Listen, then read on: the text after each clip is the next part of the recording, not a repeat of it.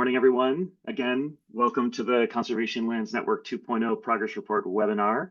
We're so glad to that you're with us here today. I'm Tom Robinson from Together Bay Area, and I'll be co-hosting today's discussion alongside some incredible partners. Before we begin, I just want to take a moment to sort of ground us in who we are and why we're here. Together Bay Area is a regional coalition of people and organizations working collaboratively to create a more resilient, inclusive, and connected Bay Area. And we believe that the challenges we face, whether it's climate change, biodiversity loss, and environmental justice, demand regional coordination and collective action.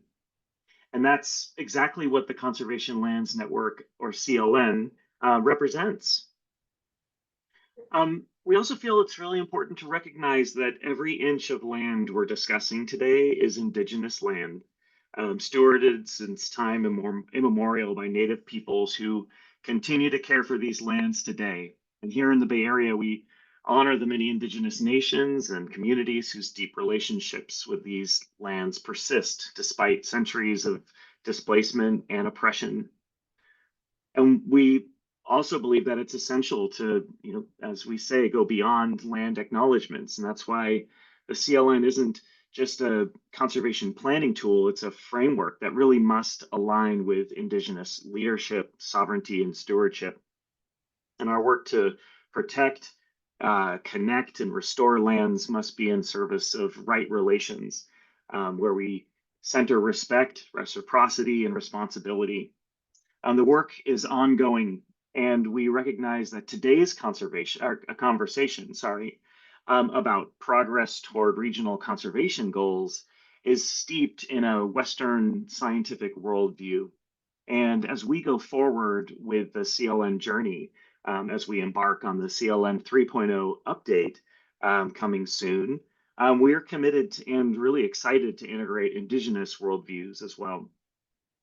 I also want to acknowledge that this moment that we're in right now is a moment of deep uncertainty and maybe fear, whether it's from climate change or economic challenges or political instability. The uncertainty and fear that is being felt right now is real, and Together Bay Area is here for it. We see this organization and even the CLN as vehicles for connection. And so today we are choosing to center hope and trust and joy, because conservation is at its core an act of hope. It's a commitment to the future, to resilience, and to the power of working together. Today, you're going to hear from four of us today, but I want to be clear, we are by no means the only people involved in this work. The CLN represents years of collaboration, decades even, across agencies and organizations, funders, researchers, and conservation community leaders. And we're here today to share updates, celebrate some progress, and invite you to be part of what comes next. With that, let's get started. I'd love to introduce my co-hosts for today's discussion. I'm joined today by Dan Rademacher, who's the Executive Director of GreenInfo Network, who leads a talented group of hardworking mappers, data scientists, and web developers, and who are our principal technology partners with the Conservation Lands Network. We're going to hear from Dan in a bit about progress made as it's shown in the CLN 2.0 progress report. Also joined today by Mark Kalnins, the project manager for the State Coastal Conservancy, or a project manager for the State Coastal Conservancy and a member of the Conservancy's successful SFBay program. Mark has over 20 years of experience in the environmental planning, permitting, and mitigation worlds. And now at the Conservancy is involved in several committees spanning from the Baylands up to the uplands. Mark and I are going to discuss in a bit what the CLN means for the Coastal Conservancy and what it means sort of regionally. We'll also hear from my colleague and friend, Annie Burke, Executive Director of Together Bay Area, who has a call for action for us. I also want to recognize my Together Bay Area coworkers who are working behind the scenes to make this webinar run smoothly. Laura Rosenthal, Michaela Nee, and Jess Little. So thanks everybody for being here. I want to begin today with just a brief overview of the Conservation Lands Network. The Conservation Lands Network was what is the CLN for those of you who maybe are new to it. It's a collaboratively developed regional strategy for conserving the uplands of the San Francisco Bay Area. And in short, it sets specific quantitative goals. It has a framework for tracking progress toward those goals. And it provides tools for really anybody who can work the internet to access information, geographic information, and understand how say, a particular patch of land in the Bay Area sort of contributes to regional goals. And it also in the end, catalyzes on-the-ground land conservation. Next slide, please. So originally called the Upland Habitat Goals Project, the Conservation Lands Network is the upland complement to other excellent regional conservation strategies that cover the subtidal and baylands ecosystems. And I just want to give a shout out to the State Coastal Conservancy's Bay Program for their leadership and support in the production of these strategies, which have been updated over time. And we'll hear from Mark Kalnins in a bit, who might be able to talk about what these planning frameworks mean for their agency.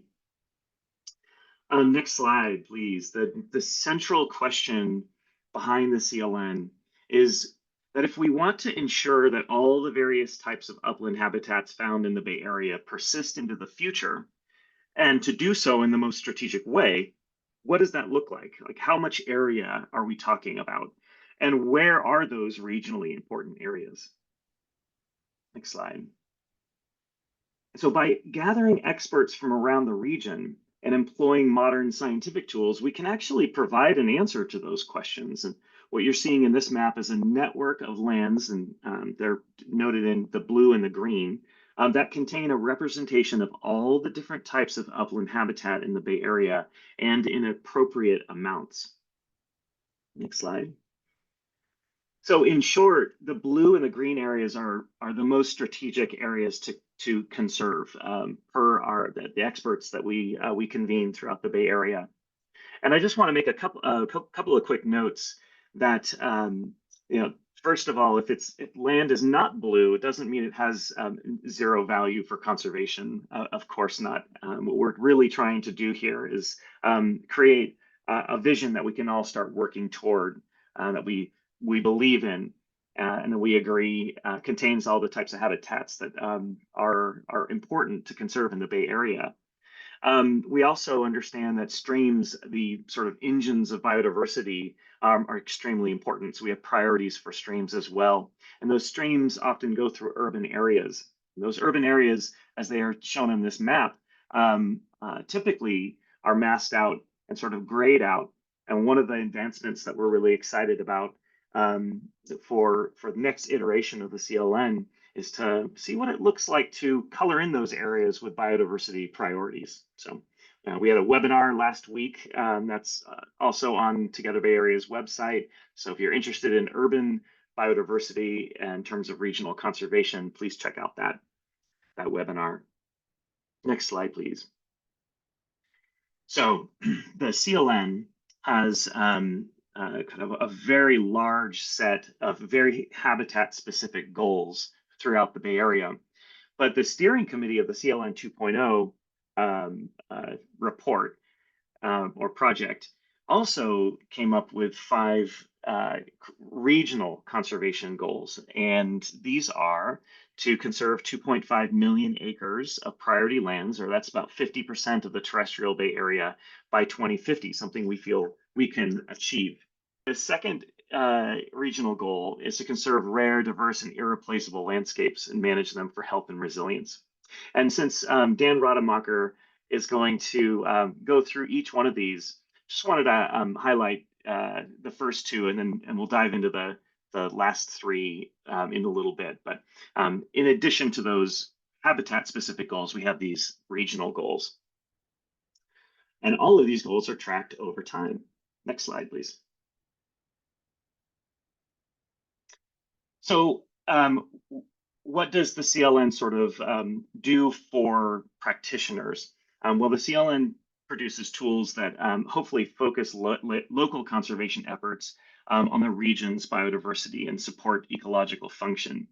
And our users are conservation practitioners, urban planners, conservation planners, academics, and many others.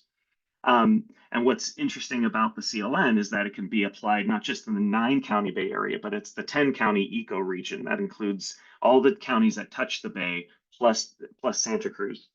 Next slide.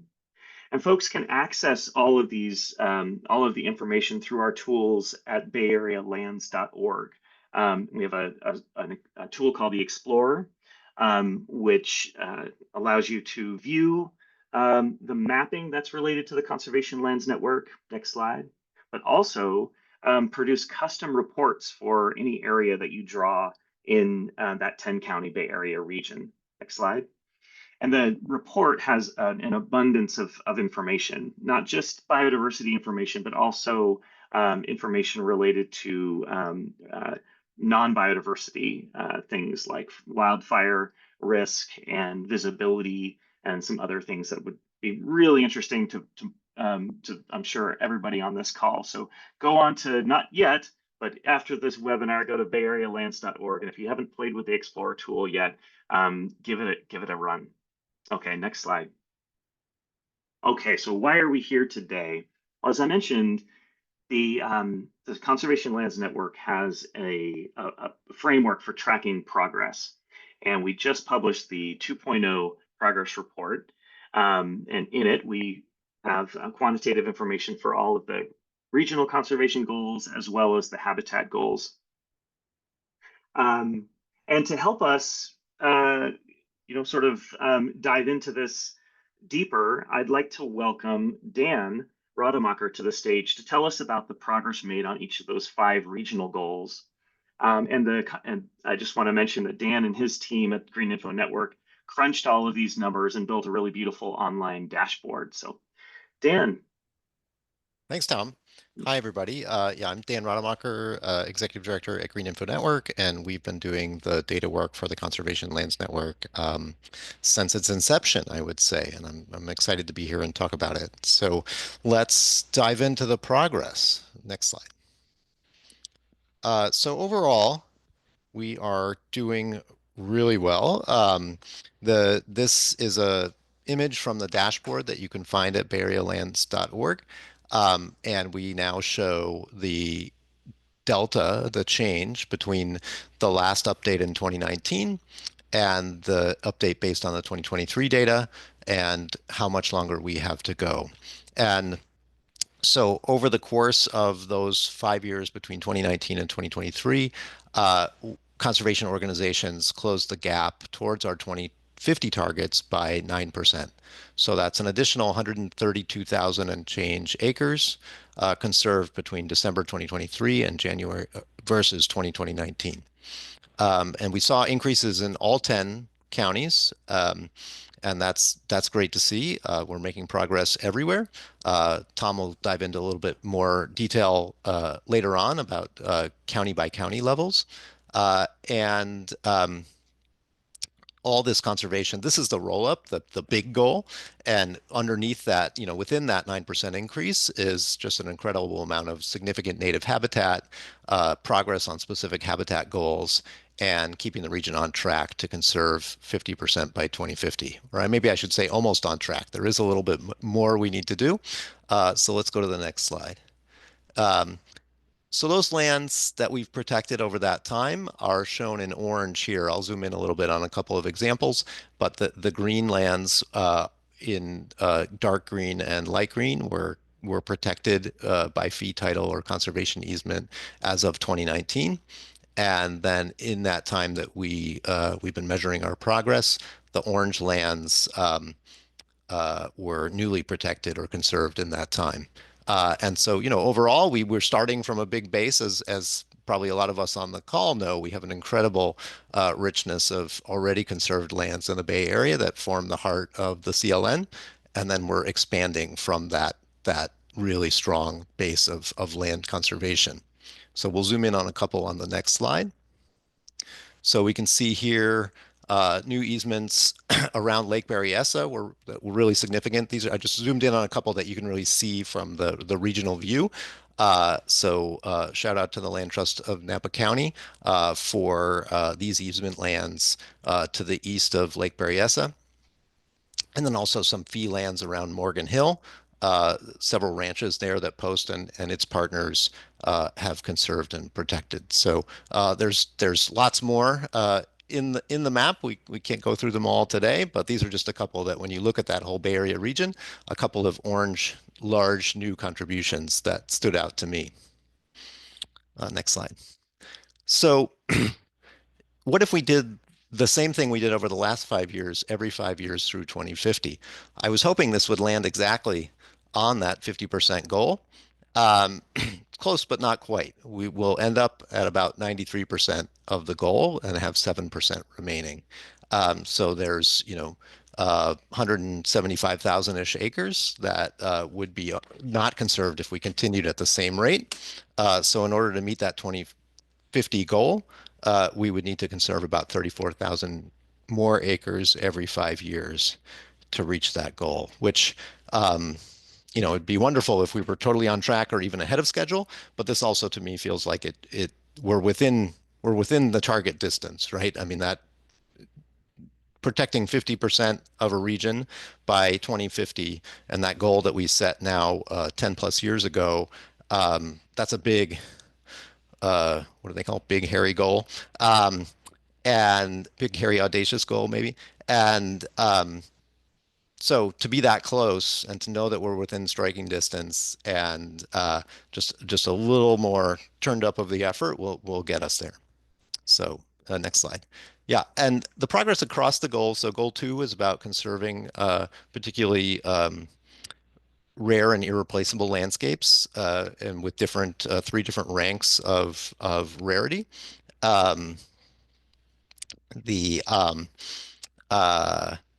and the progress across those is not uniform. So we can see rank 3 habitat, we're doing super well. There's almost, it seems like we definitely meet that goal. But for our rank 1 habitats and overall for our rarity, where we're trying to protect 90% of those rank 1 habitats, at current rates, we'd end up at 63% for those rank 1 habitats and 56% overall for those rare habitats overall. So in aggregate, we're protecting a lot of land and conserving a lot of land. We do have one of the amazing things about the CLN is that it really helps us focus on those most important landscapes and conserving the most of those most important rank 1 and rank 2 habitats. So these are areas where we have a lot more progress to make. Next slide. And and we've made progress on conserving large contiguous landscape blocks. We have, looks like I have a layering issue in one of these slides. Sorry about that. The conserving connected lands and linkages, we're at about 35%. And so we need to triple those conserved linkages by 2050. And this is where we're managing core habitats in the lands that connect them for permeability, health, and resilience to really make sure that the network is functioning as a network. So this is an area, again, where the large contiguous habitat blocks, you can see we're close to 2/3 of the way there, but we're only about 1/3 of the way there on the connecting of linkages. So another challenge to take on there. Next slide. And across, so goal 4 is streams and ponds to conserve a regional network of streams, wetlands, ponds, riparian upland areas. And so this is priority 1 and 2 streams, natural land cover within stream valleys, and then ponds as a separate entity, an important habitat and refugia for a lot of amphibians and other creatures. And here we've made either very little or just marginal progress overall. So stream conservation, and it's interesting on the conserving urban biodiversity project that we just presented on last week, one of the things that that project highlighted is the ways that streams, priority one and two streams, also serve as a connector between those upland habitats and conserved lands and the bay, and often run through communities who most need access to nature and parks. So I think there's a sort of important thread here around stream conservation. Next slide. And similarly for goal 5, headwaters and groundwater, stewarding lands that maintain ecological and hydrological processes. We are, almost halfway there on the intact headwater source areas, groundwater recharge zones for fish-bearing streams. We're only about a quarter of the way there. So within our sort of overall streams and wetlands protection, there's significant effort still needed to to reach where we want to be by 2050, and we've got 25 years to do it. So let's go. Uh, let's see. I believe that's my last regional goal, and then Indeed, it I'll is. turn it back to Tom to dig in on some specifics. Great. Dan, thank you so much for showing the progress toward the 5 regional goals. And again, kudos to you and your team for all the great work. And also just the differences between those those rarity rank 1, 2, and 3 habitats really demonstrates why it's important really for all of us to sort of get to know the specific habitat goals. There's a lot of them, so I understand we certainly don't have time to go through them all today. But I do want to take a moment right now to highlight a few wins, few notable wins, and a few habitat goals that kind of stuck out for me that maybe show how, as a region, we're stalled out a little bit on a few habitats.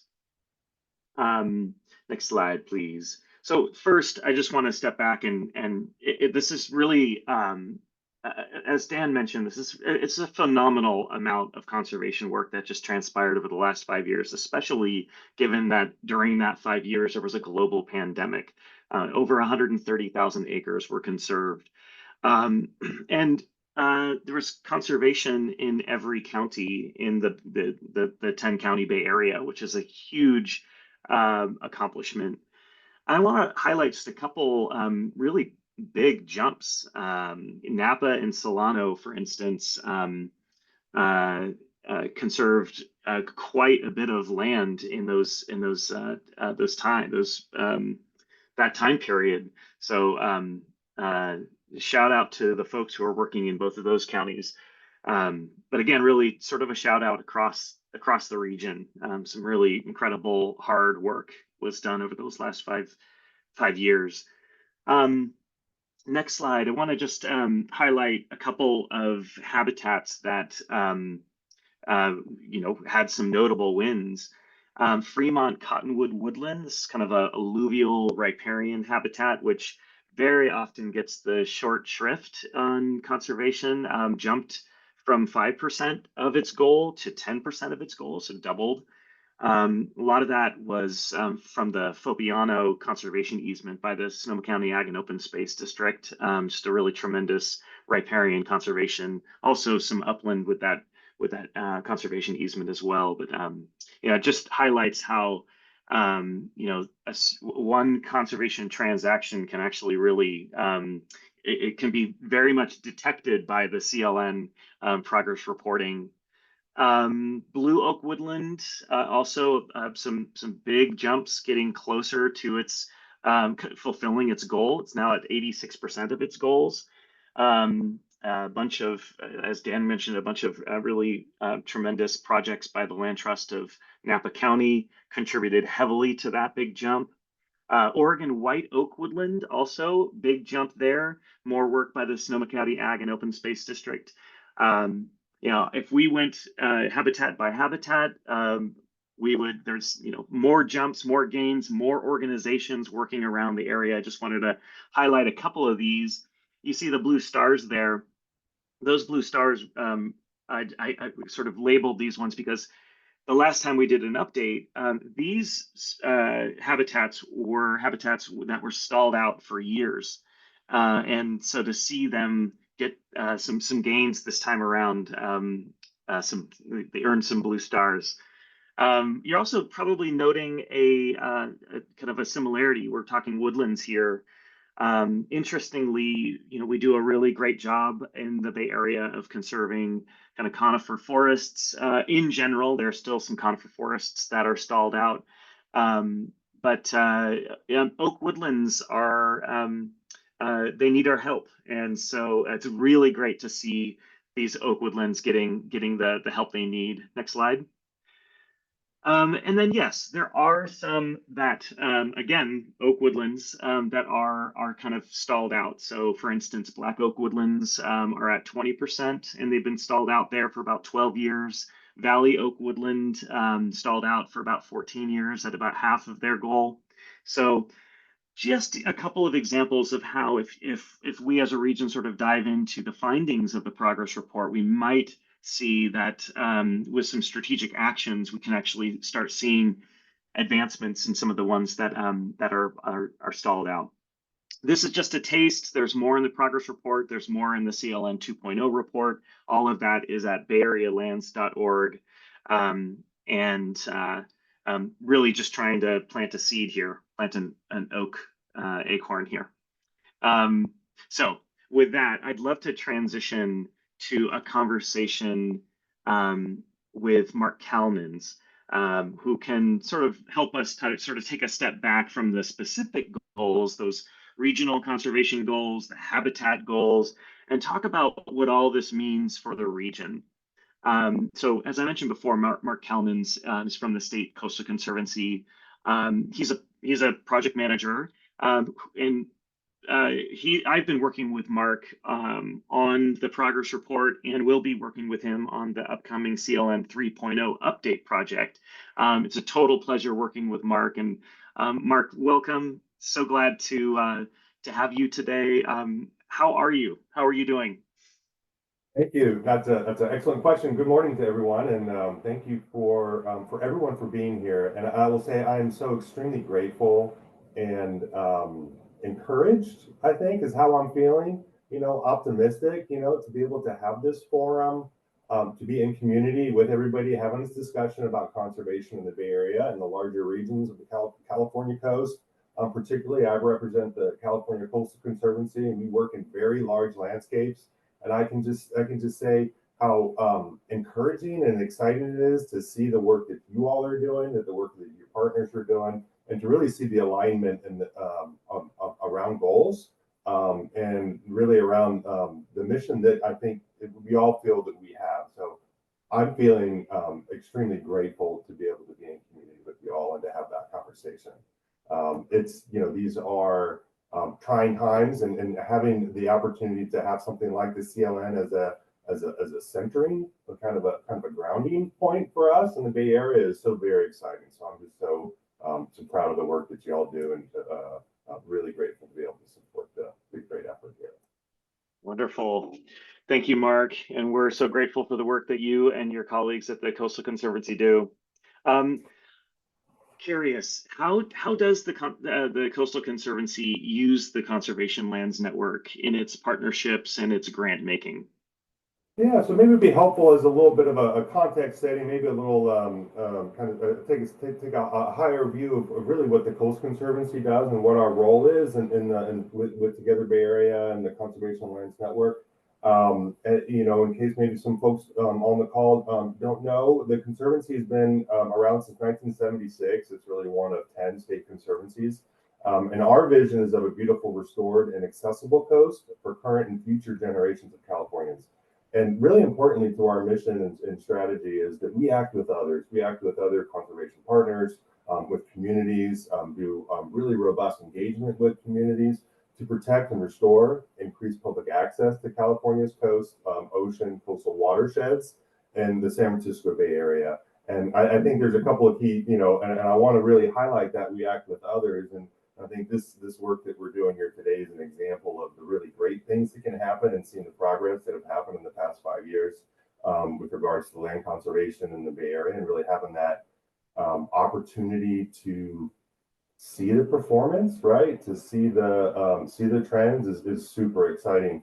We actually operate under a strategic plan that our current strategic plan is the 2023-2027 strategic plan. We have goals to conserve 50,000 acres statewide, as well as goals to protect working lands, including farmland, ranchland, and forests. We also have goals of responding to climate change, and that's really where a lot of this work is centered. Land conservation allows us to have more resilient ecosystems and communities, just straight and simple. So we also do a lot of work in adapting to sea level rise, promoting wildfire resilience, and really promoting equity by directing at least 40% of our funding to projects that benefit systemically excluded communities, as well as funding projects that return power to tribes, have meaningful community engagement, and incorporate workforce development. So again, we really feel like the Together Bay Area and the work that you do in the CLN is kind of a centering point that helps us to achieve our larger mission goals. Specifically, the Conservancy, in case folks don't know, we have supported the Conservation Lands Network and its work as an organizing tool for regional conservation since 2005, and including the goal for 50-50. And I just want to say that there is some alignment in that, we see the Together Bay Area's goal for 50-50 as helping to meet the state's larger goal for conserving 30% of state lands and coastal waters by 2030. And we're particularly excited about your framework and the CLN's framework for conducting fair, just, meaningful, and frequent engagement with the people in the communities of the Bay Area that really benefit from having healthy landscapes and healthy conserved lands. And so we're really excited about that. It helps us to address environmental equity challenges, as well as to find opportunities for progressing on those fronts. We do work in very large landscapes again, and so having a web map that's available for the public, both for our partners as well as Conservancy project managers to actually do more project views, and I can get into that a little bit on more specifics about how we technically use the CLN. But we're super excited. Just want to say this is a celebration. I think I don't want to miss an opportunity to celebrate 132,000 acres being added in the past 5 years, especially during difficult, challenging times, as you mentioned. And again, I think that's just a symbol of the awesome momentum and courage and just stick-to-itiveness that the Bay Area Conservation. I love that word. Has. So I'm going to coin that term. Not coin it, but reuse it. Love it. Yes, an incredible, resilient group of folks working on land conservation in the Bay Area. Pardon me. Mark, I'm curious how you see the CLN catalyzing on-the-ground conservation work in the Bay Area. I mean, from your vantage point, how do you see it catalyzing? So, I think we have, opportunities around land conservation. We have specific at the Conservancy when we review project, basically an application for a project for grant funding. We have opportunities to both meet our strategic plan goals, and there's a lot of various tools that are available to us for making those kind of decisions about investing on land conservation. And the CLN really its robustness, the technicality of the data, pulling over information, real-time information about what areas have been protected through time, and seeing that how some areas may have more opportunity, like we need to lean forward a little bit more in some regions to actually accomplish land conservation region-wide as opposed to specific areas. It gives us that lens to both look at really fine scale, as well as how to view projects regionally, right? I think I really like what you said about Tom, about how one transaction, these are specific decisions we're making about like a land acquisition opportunity, but we really want to keep in mind how that scales up to better watershed health, how we can engage communities to be more to benefit from connecting with nature. Like I really herald the work that Together Bay Area has done with the Urban Communities Thriving Ecosystems report that you just presented on last week. It's really exciting to see the community engage and helping to collect those data, to really, and then that in turn helps us as Conservancy project managers to evaluate projects, as they're proposed. And I will say, specifically and how we use it technically, the Conservation Lands Network. So, as I said, there's many tools available, and I'll also point to the Bay Area Greenprint and how the CLN data is actually a component of the Bay Area Greenprint. So, these are all tools that Conservancy project managers use as we evaluate projects and the benefits of our work.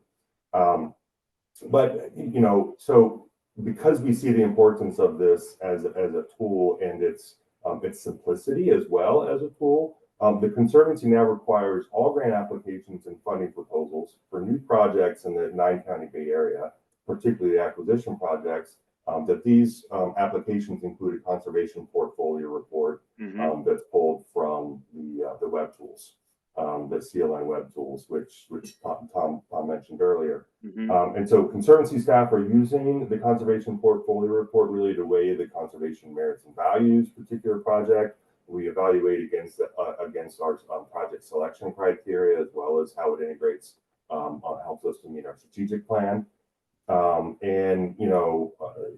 So this also helps us to communicate the regional significance of our project work with project partners, as well as where there are needs, right? Like where are there other habitats, let's say, or conservation opportunities or communities that might benefit from better and more strategic land conservation. So we encourage prospective grantees and project partners to utilize these tools to help us guide these decisions, with our partners, with our leadership, and to plan. And we encourage people to use the CLN, its tools around resiliency, where there can be land acquisition projects or stewardship projects that might help to build climate resiliency in communities that are being affected by significant change as a result of climate change. So we absolutely want people and encourage people to use the CLN to develop their project proposals as they come and have conversations with the Coastal Conservancy. Excellent. I can't help but note that it's sort of two sides of the coin. Like on one side is the Coastal Conservancy, as you're talking about, like the Coastal Conservancy is using these, tools and maps for your determinations. The other side of that coin is the community coming together to develop those maps and tools.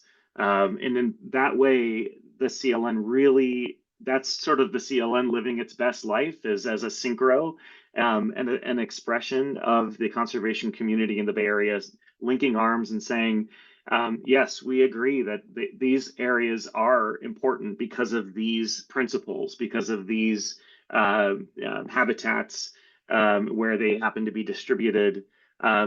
So that's just so thrilling. It's what makes me so excited about the work that that this region does together, to put our heads together and decide on what those priorities are. And then we have organizations and agencies like yours. The Metropolitan Transportation Commission has also brought the CLN on board in their long-range planning. It's really an incredible model, and I just want to kind of underscore and just thank you and the Conservancy staff, and then just thank the broader conservation community in the Bay Area for making this happen, for creating this. So briefly, what gives you hope about the trajectory of the Bay Area? Mark, you are on lots of committees, you are in lots of meetings. I know you are a thoughtful person. What gives you hope about the trajectory of the Bay Area, briefly? Yeah, there are a lot. I want to say what gives me hope is really the sophistication and the clear-headedness that the Bay Area conservation community really has around all ecosystem and community matters. You know, and I think that like just thinking about how the CLN 2.0 transitioning and evolving and becoming CLN 3.0, I guess I'll give a little segue there, that, you know, this is really work that is building on itself and really does benefit from the focus of the Bay Area community, you know, around these issues. And, you know, one kind of maybe example of that is, you know, comments here today with regards to stream corridors and kind of like this idea of watershed health and connecting uplands to baylands. You know, the San Francisco Bay Conservancy program, you know, we work under also is very focused in bayland habitats as well. And, you know, a big focus of our bayland work is to make the connection between subtidal habitats, tidal habitats, and the watersheds that support them. And the CLN really helps to, you know, it's kind of an example of, you know, kind of going back to the, I think the original slide that you shared that shows the, you know, the Bay Area habitat goals, subtidal habitat goals, and the upland habitat goals, kind of how these all work together. And so I really think that's what gives me hope, is that this is a point in time when there's synergy between all these efforts. We're standing on the shoulders of giants that have led us to this moment. And we basically have these tools handy for us to use to increase the pace and scale of the work, which is really obviously what we need to do. I think, as an example, you know, to meet the 50-50 goals, for instance, you know, adding additional focus to really and effort and leaning forward together to get there. That's what excites me. That's what I'm hopeful for. The diversity of the community partners that are actually contributing to the work, and opportunities for expanding on that, and to having a wider lens for meeting the environmental equity challenges that we're dealing with in the Bay Area. You know, it's something we're very focused on at the Coastal Conservancy, particularly as we start to roll out the 2024 climate bond work that I can speak to a little bit. But I will say there's more to come, so keep an eye on the Coastal Conservancy resources, a few of them we can share here today, particularly with regards to the 2024 California Climate Bond. So that gives me a lot of hope and optimism that we really have a chance to meet this moment and meet the challenges that are presented to us with the tools that are being made available, you know, through the CLN, through funding opportunities, through the excellent work of my peers and colleagues.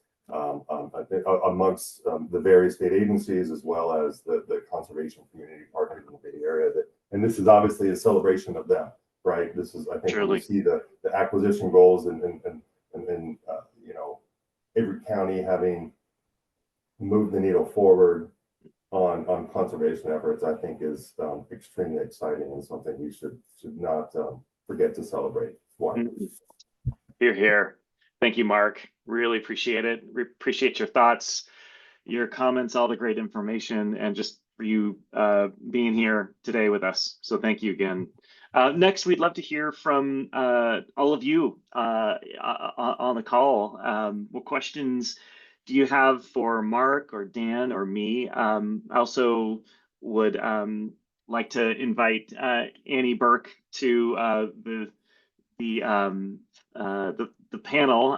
We're going to hear from her in a little bit, but if there are questions about Together Bay Area, I know she'd love to answer those. So I see questions in the chat, but yeah, please put your feel free to put more questions in the chat. Juliet asks, what are the key factors in difficulty of accelerating conservation of rare irreplaceable habitats? In other words, these gains not proportional with other gains, as Tom noted. Is that simply because so few opportunities? In other words, we've lost most of the habitat, or best opportunities privately held? Yeah, that's a wonderful question, Juliet. Yeah, I mean, just right off the bat, for folks who are, you know, conservation practitioners in the audience, I mean, that word opportunities, so much hinges on opportunity. You know, we noted how one transaction actually sort of can move the needle on the CLN's kind of tracking, but it's an opportunity-based discipline or field that we're in. And I would also note, and I'd love to hear from others, but I'd note that it's very possible, it's very likely actually that so much of the information that's in the CLN that could be used for strategic purposes is not totally used or used fully. So that's something that we would love to see enhanced, so folks understand, oh, in my region, the region that I work in, here are the habitats that are consistently getting the short shrift, and really kind of understanding what those are. Yeah, Mark, Dan, Yeah, I Annie, would you guys just to add? chime in on that last comment, Tom. The dashboard on the Bay Area Lands website, bayarea.org dashboard, there's a big link at the top, is filterable by county. So for folks who work, you can look at the overall, but you can also look at the county level and at least get your sense of your county's status on the regional goals, which can help sort of that sort of strategic use at that high level. Thanks, Dan.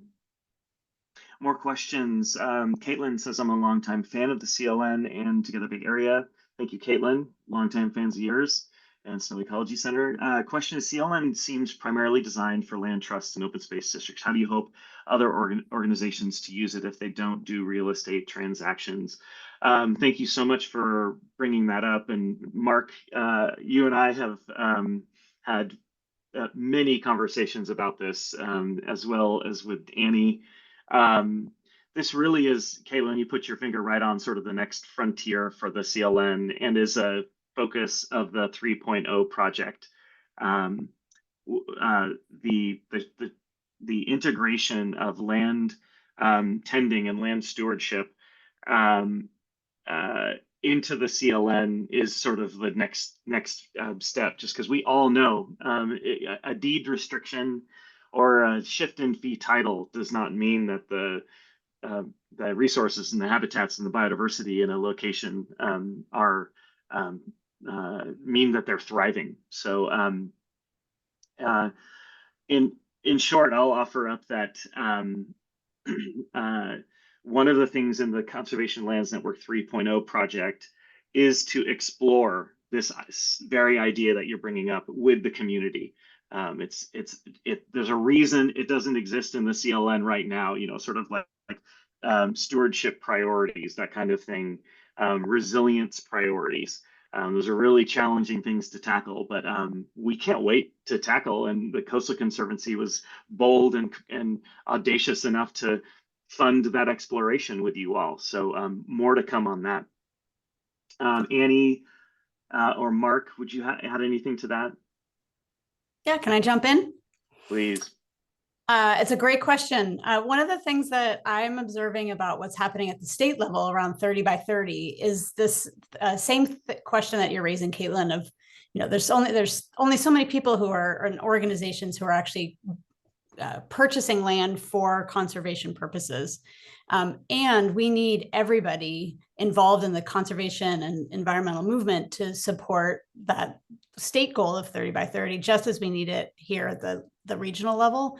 And that's because we need to create the momentum and the, for lack of a better word, noise around the importance of this, so that the people who are actually in positions to acquire land for conservation have the support they need, so that legislators know that this is important, so that neighbors and community members feel connected to and are engaged and part of the process and the work also, so that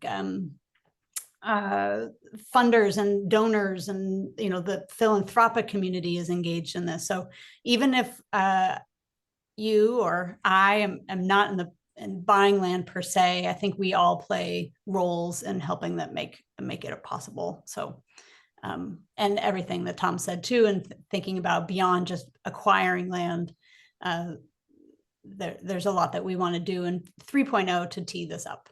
So wanted to add that to the mix. Indeed. Yeah. If I may, that was Mark. great, Annie. Thank you so much. And I will say, I think I'm really excited about the CLN2 progress report as this really excellent learning tool to help tell the story, right, in a way for the entire community, not just people, conservation practitioners, right? Because we're kind of seeing those as individual transactions happen. We have an understanding of how we feel or how we see that scaling up regionally, right, when we make those decisions. But then, seeing something like the 211 progress report, which I feel is simple and elegant in its and how it's presented, I really think that is a good kind of a learning tool, or like an opportunity to share that story about what these accomplishments are, particularly around like corridors, communities that are being served and actually have improved climate resilience maybe as a result. And I think really just kind of I would say, yeah, being a readily available resource, right? And being able to get into that document without having to have this whole kind of experience with 2.0 and the large document that it is, and the technicality of it, it's usable information for a very, very wide audience, which is where we particularly see the CLN, growing, right? As being able to be able this tool that's really easily digestible. The web map tools, it can be that are continually being updated and available as a resource for folks that, kind of without having to make the technical land acquisition decisions. Obviously, there's a lot of stuff that happens behind the scenes, right, to bring those to the forefront. Excellent. Getting a couple of questions. Let's see here. Lucy asks, I've been wondering about what additional metrics for measuring our conservation progress, apart from the sort of numbers of acres of specific habitats protected, such as indices for biodiversity. That's a great question. I think just in short, a couple of other examples are, one TAM has the Health of the Mountain report. There are sort of other, kind of what we might call sub-regional frameworks, East Bay Health, Stewardship Health framework. But at this scale, we're curious about that as well. Very much curious. I think evolving from the sort of numbers of acres and the percents is intriguing to us, and we'll be exploring that in 3.0. Go ahead, Dan, please. Well, I just want to emphasize, I was thinking that if you do a portfolio report in the CLN Explorer tool, you'll also find a lot more, in addition to the sort of habitat goals and acres, we have pretty extensive information about landscape resilience and connectivity and species richness of urban adapted CLN target species. So that those reports have a lot in them beyond sort of progress on specific goals. So I think it's helpful to, if you haven't looked at one in a while, just to for a place you're interested in, run a report and see the sort of richness of data that's built up there over time. Mm-hmm. Thanks, Dan. Josh asks about ways to assess health of the various habitats. That's very much kind of, in at least in my mind, kind of tears off of the previous conversation or previous question. Really, like, are there ways to assess the health of the habitats or of the species populations? Again, something that is demonstrated at smaller kind of geographic scales, but something that we're also very interested in and would love to talk to Andrea Williams in general, but also about that. I want to just, we need to transition, but I want to get to Lauren's question about integrating Indigenous worldviews into CLN 3.0 and wondering how we envision taking steps in that direction. I'd love to just offer up a very brief mention and then actually ask Annie if you wouldn't mind answering this question as well. But we've been working with Redbud Resource Group, who has really helped not only Together Bay Area, but through the Right Relations program, which is a co-led program to TBA and Redbud, to essentially sort of do some unlearning and do some learning And it's really expanded, my mind, expanded many minds. And I'm really excited about frameworks that bring together both of those two worldviews. Two-eyed seeing is what it's often called. But Annie, we don't have a lot of time, so I'm going to kick it to you and get a final word on our questions here. Sure, happy to. We're going to take multiple different approaches at getting to what we're talking about here in terms of incorporating a more indigenous worldview. One is who's involved and bringing people, native people and researchers and academics who study this into the project. Another is through training and learning opportunities for all involved in the CLN community regardless of where their ancestors and their family is from, to learn more and to unlearn, as you mentioned, Tom. And we're going to be exploring, that we're going to be asking a lot of questions. This isn't something that's going to be there's not an answer. There's not like an end, like we're going to figure it all out, and we're not going to figure it out in the next 3 years. So we're going to take steps. We're going to involve people that haven't been involved. We're going to learn things. We're going to expand our minds, think differently and more broadly, and see where that all takes us. It's a commitment. So that's not I don't say that lightly and kind of to push away the question. I mean, literally, there's a lot of history that we're working against, and we want to move at the speed that the community can move at. And I hear the interest in it, and I'm very committed to it. Thank you, Annie. Thank you, Mark. Thank you, Dan.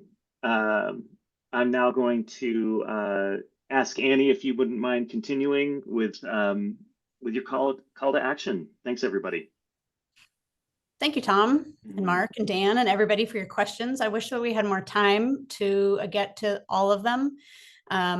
There's a lot of richness in there, and I'm really glad to hear your questions and see what you're curious about. And we will do our best to respond to them in appropriate ways going forward.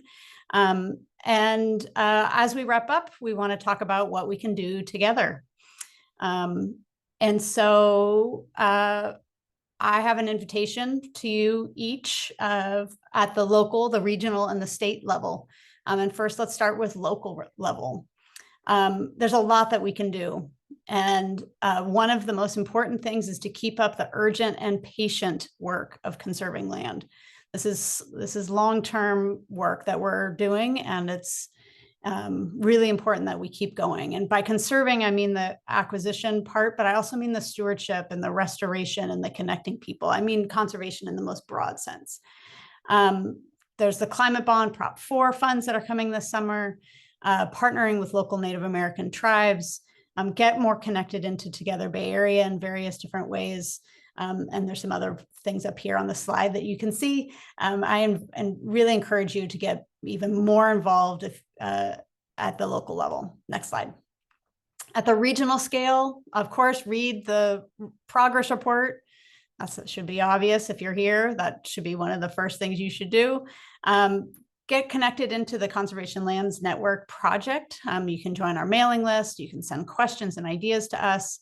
And Together Bay Area is hosting our annual conference in May. And this is a great opportunity to come together as a community, build relationships, make connections, hatch ideas, be together. So I encourage you to do that. Next slide. And at the state level, get involved in 30 by 30. Get to know the State Coastal Conservancy, WCV, and talk about the importance of conservation.